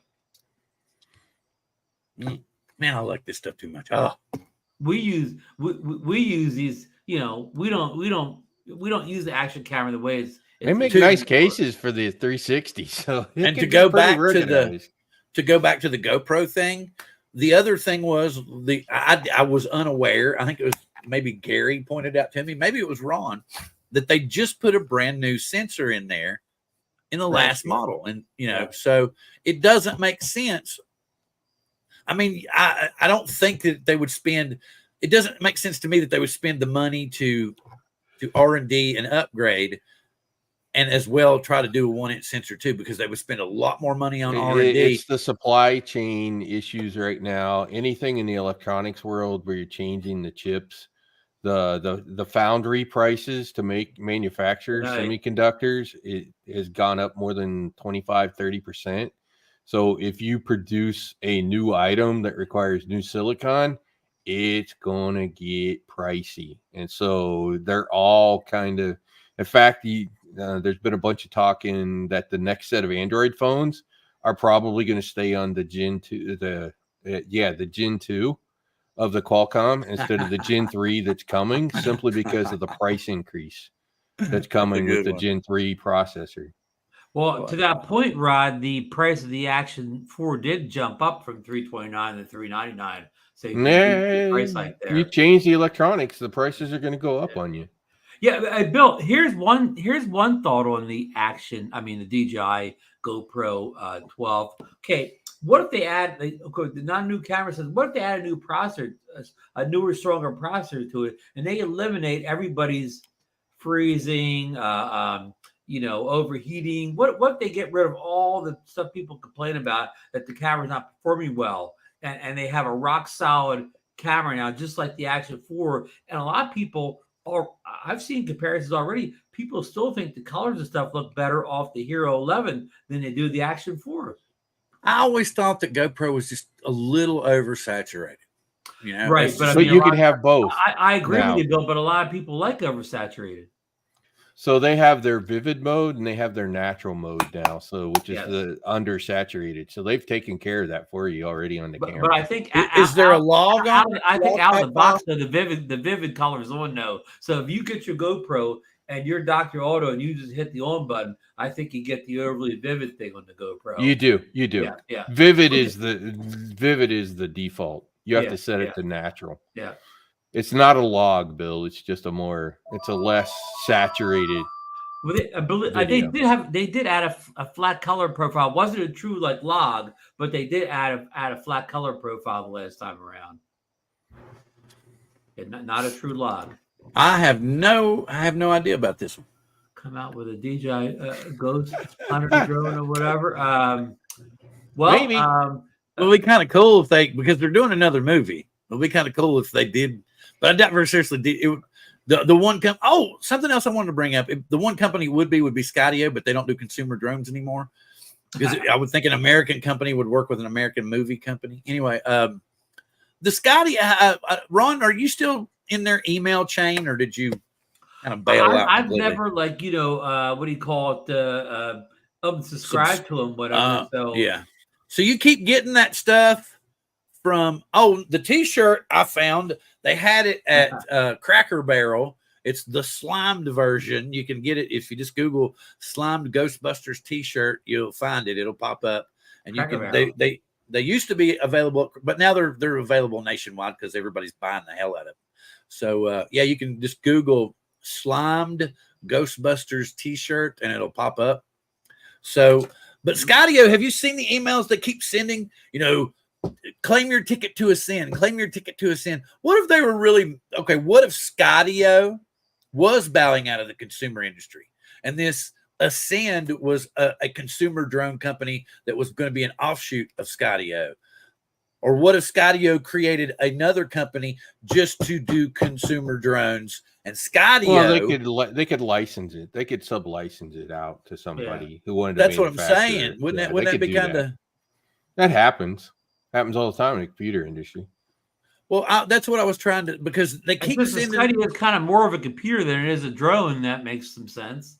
Well, it's talking. This new thing is talking about a groundbreaking way of data transmission. So apparently, you're going to be able to get all your raw data and stuff instantaneously to your computer, to where you can go straight to work while the drone's still in the air. Maybe, I don't know, but they're really thinking. They're talking like it's the bee's knees, as they would say. Huh. So it's probably a 5G solution. Probably. And they actually get a permit, unlike the other drones, right? Mm. I mean, you can get that DJI dongle if you're in China. Yeah, just you can't fly here with it. So I was looking over. Let me bring this up real quick, and then we're gonna hit the road because I got some things I need to tend to. And Jim, Mark went to see the new Mission Impossible today. The stunts alone that they've showed making me want to go, but you know me, I don't get to go to the theater as much, so I tend to watch them at home when they actually come out streaming. I haven't seen it. I don't think I've seen a Mission Impossible movie since the first one. Well, what sucks is they're saying there's a damn new strain of COVID. It's really, really bad again. And I'm like, what the hell, man? I'm like, this is getting old. So hopefully they'll come out with another vaccine or something shit again, or I'll be talking, hey, how you doing? Okay. See you in about 6 months. Anyway. Or get our mask. It'd be like, what was it? It'd be like what was it? Shit, Home Improvement. When he would go out and talk to his neighbor, and all you would see was like his face from here over the fence. Hey, neighbor, how you doing? Yeah. So, Bill, What is this? What you have on the screen here? Well, Igor put it up like I think a day ago. Yeah, it's in the database, and it's something from Autel. I'm trying. Yeah. It looks like it's some kind of because this looks like a gimbal in the back, right? Mm-hmm. Can you see my cursor? So this does resemble a gimbal, but what the hell is this? You can see it looks like an SD card slot. Is this just a camera that? Okay, it looks like a camera that's rotated down. Because look down here at the bottom, that looks like the lens there. Right. This is showing the label on the top of the camera where it would go. Right. But this is a new camera. And it's an evil looking camera. It looks almost like a GoPro. Look at it. It's got that square lens housing. So, so an interesting thing about this is X Dynamics. They make a gimbal so that you can put the drone camera on that gimbal. And carry it around and use it like an action camera. Right, a couple other companies have done that in the past. Yeah, so I wonder if Autel is going to try to do something similar where they're going to make or this is like the Autel Osmo. Sure. Oh yeah. Because it's got that's an SD card slot and a USB-C 3. Yeah, USB-C. The one thing you can't complain about Autel is they do know how to make good camera. But it again, another funky color profile to me. Anyway, just to me. Yeah. Well, Bill, you could always shoot log, and you wouldn't have to worry about. Maybe that's what I need to get for my birthday. Like now, what? Bill, I'll make the argument that, and we were just talking about it with the Hero, right? In the Hero, you get the vivid, and the DJI, it's a little more natural, and GoPro now has that natural. Autel is a bit more like GoPro, where it's the vivid, so it's a bit more colorful. Ooh. And DJI is a bit more natural in the color profile. That's kind of the difference between how they tune their cameras, where Autel tends to be a bit more saturated and a bit more vivid, like the GoPro. Right. Is IPTV like a pirate site or something? No, I think it's one of those apps you can get from your Apple TV, whatever your smart TV is. You can. Well, see, he watched both of these at home, and I would be watching them at home if the new Indiana Jones. Yeah, and he watched Mission Impossible today at home. The new Mission Impossible today. That's what I'm saying. Mark's in the UK. Maybe they get their movies first. Oh, that's not fair, man. Well, just give me the stream. Somebody feed us your satellite. I'll just say there are things that go on that are not exactly legal. Log is much. Yeah. Okay. So here's the thing. Out of the Autel drones that are out right now, the only one that I had a lot of interest in was the Light Plus. So what do you guys think should it be a Nano Plus, a Light, or a Light Plus? If I was looking at any of those. Light Plus. I don't want to buy a big drone. Is price if price is a consideration, then of course the Nano. No. I didn't. That's what I'm saying. I didn't get anything for my birthday. I don't want an Air 3, but how old is the Light Plus now? Well, the Light Plus same age as the Nano. It's almost 2 years ago since it was first announced, and maybe so it would probably with Autel be. It basically came out January 1st of 2 years ago. So a little over a year old. Almost 2 years. So it'll be 2 years this January 1st, Bill. Okay, so basically, so basically, if we're going to go on Autel's time chain, then that's probably we won't get a new drone from them for another 4 to 6 years. You think? We may never see another We may never see another. We never see another consumer drone like the Nano. I think they're. I'm telling you, as sure as I'm sitting here, I think they're going to do what Skydio did. I seriously think. So wait a minute. So that's even scarier, guys. We're not going to give up on drones. Drones are going to give up on us. Is that what you're saying? Yes. Well, unless we win Enterprise, they're not giving up on us. Yeah, but who's got that kind of money? Well, if we start enterprise business, what if we start? Oh no, that's cool. I Bill don't care. Rod and Ron's enterprise drone company. I used to use what was it, torrents? I used to download torrents and patch stuff together Too, Bill. back in the day. I'm not going to, they make millions and millions and millions and millions and millions and millions and millions of dollars off them damn movies. So no, I'm not going to short you for, what you do in your house, your business. To give you an example, and I just looked today, the last firmware update for the Lite Plus was February 28th of this year. They've not. Wow. And was that bad remote ID? Probably. Yeah, they've so not pretty much updated. They've not updated the only consumer drone. One consumer drone that has had a firmware update recently is the Evo 2 V3. Oh wow! And they updated the app. And the app update was specifically for that drone. So if you have the other drones, you don't want the new app. The Nano and the Lite Plus. Yeah, that's an entirely different app. Yeah, that's the Explorer rather than the. But they updated the Explorer app, but the newer version of that app is only for V3. If you have the V2 or the V1, you don't want to update the app. Is there a Roku app that does the same thing? Because I have Rokus. I don't have Fire Stick or. So, as an Autel guy and keeps his nose in the Autel world, I just highly suspect they're going to do what Skydio did. So it would be stupid for me to buy it because it's going to end up eventually being a paperweight because it's going to be not supported after a period of time. Well, they're all going to find enough batteries and propellers that you'll be fine until the wheels fall off. Yeah, exactly. Hey, Bill, my Evo 2 Pro is 3 years old. It still flies great. Still flies great, and I can still get batteries because the V3 uses the exact same batteries as the V1. Yeah. Well, how much is a V3? $2,500. Actually, it's on sale for like $2,200 and something. Right? You can get some deals on if you keep watching. But that's the big orange brick. And you got everything. You got your adjustable aperture. You have the whole 9 yards of that drone. You have aperture on the Lite Plus. That's what I was thinking. I forgot that. Yeah, the Lite that Plus was one of the biggest. It's the same one with the aperture, but it doesn't have the RYYB sensor. Well, but you can get what's called neither does the Evo 2 Pro. That has that. The Nano does. Yeah, the Nano Plus has it. No, the Autel Lite. They have a thing just called the Autel Lite, and it has the RYYB sensor. Yeah, that's true. That's true. Yeah. That sucks. Why would you not put?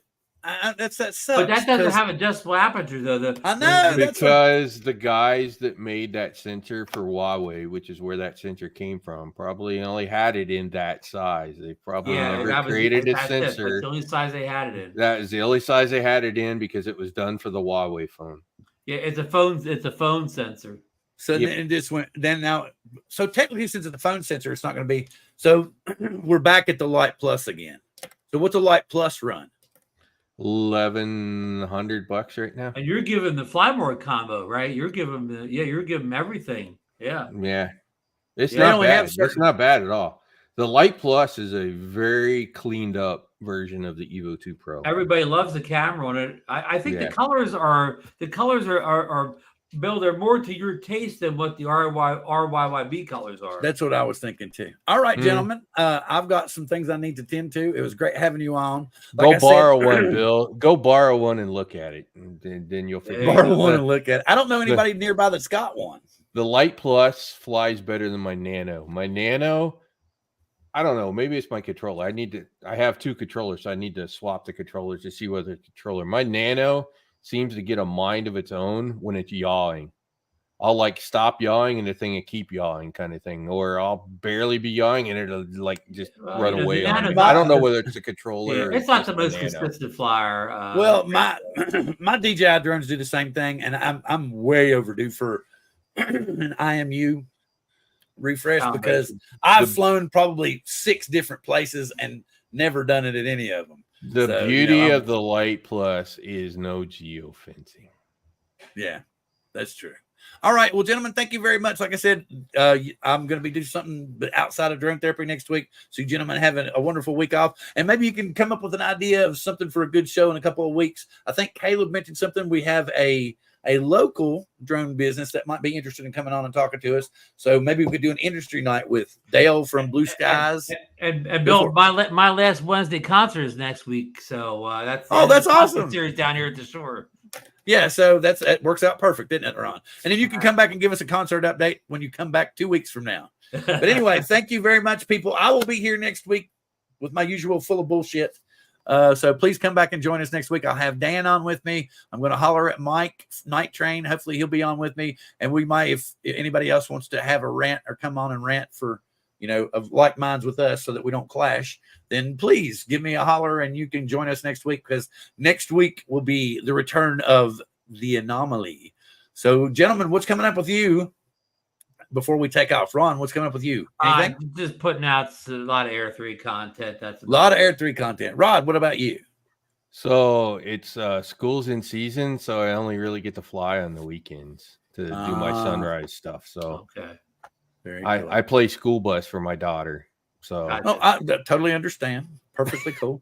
So with that being said, please join us. Like, these gentlemen are probably going to be doing stuff on their channels and stuff, but checking them out. Check them out on Facebook. Don't forget, check out everybody else's channel that you saw in the chat tonight. Everybody share and have a good time. And I'll be back next week with the anomaly. So with that being said, live long and prosper. We will see you all next week.